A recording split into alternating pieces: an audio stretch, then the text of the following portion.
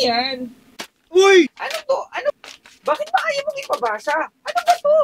Babasahin ko muna! Akin na yan! Love letter to, no? Hindi nga love letter yan! Akin na yan! Aayawan mo ko tapos makikipagrelasyon ka sa iba? Anong pakialaman yan? Babasahin ko muna! Hindi naman importante sa'yo yan. Bucket list? Ang tanging bucket list na bagay sa'yo ay ang balde mo. Oo, sige na. Number 1, makapunta sa Maynila. Bakit? Pangarap ko yun ah. Hindi ako nawawala ng pag-asa. Asa ka pang makakapunta ka doon? Number 2, makapag-ipon. Asa ka pang makakapag-ipon ka? Tangi yung iniigib mo lang ang maiipon mo. May ipon naman ako, paunti-unti. Magkano?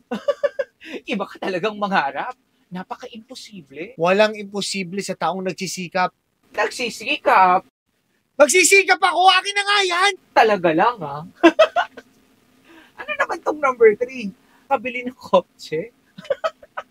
Siguro makakasakay ka lang ng kotse kapag naging driver ka na.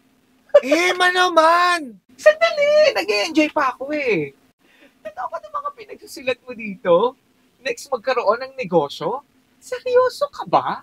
Marami naman pwedeng mapaglibangan dyan. Ba't ako pa na pagtripan mo? Nakakatuwa ka kasi. Ang taas ng pangarap mo. O siguro naman, masaya ka na. Akin na yan. Hindi pa tapos, may isa pa. Ano tong number 5? Magkaroon ng sariling pamilya. Hindi ka magkakaroon ng sariling pamilya, hindi ka sasaya. Masaya naman ako ah. Sinungaling. Kahit isang tuka lang kayo, tapos masaya? Oo. Hindi lang naman pera magpapasaya sa tao. O sige, ano pa? Pagmamahal. Pagmamahal ng mga taong nakapaligid sa'yo. Ikaw, may nagmamahal ba sa'yo? Oo, mahal ako ng mama ko. Malamang! Mama mo yan eh. Anong sinasabi mo? Wala. Ang sabi ko, akin na yung papel para makauwi na ako. Sinulat mo pa talaga to? Iba ka din eh. Hindi ako nawawala ng pag-asa. Pangarap ko yan. Gagawin ko ang magagawa ko.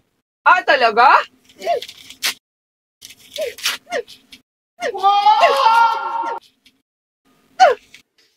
Yan ang bagay sa mga pangarap mo. Sobra ka naman. Wala kang kwentang kausap, pero napatawa mo ako. Tiyan ka na nga.